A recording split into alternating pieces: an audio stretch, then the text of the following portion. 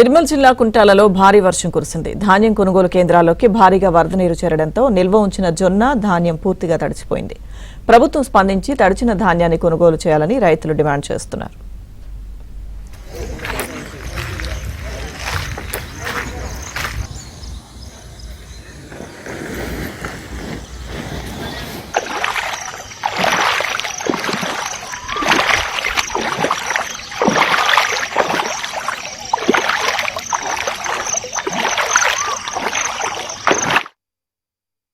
రాత్రి కురిసిన భారీ వర్షానికి మొత్తం తడిచిపోయి ముద్దయిపోయి చాలా దీనావస్థలో రైతు ఇబ్బంది పడుతున్నాడు. ముఖ్యంగా చెప్పాలంటే ఈ మొత్తం ప్రభుత్వ నిర్లక్ష్యమే దీనికి కారణం. గత 3 రోజుల నుంచి కాడ చేయడం లేదు. ఎందుకంటే హమాలి వారు సతాయించడం జరుగుతుంది, వాళ్ళు ఇబ్బంది పెడుతున్నారు. ఇప్పుడే ఎంఆర్ఓ గారికి కూడా మాట్లాడడం జరిగింది.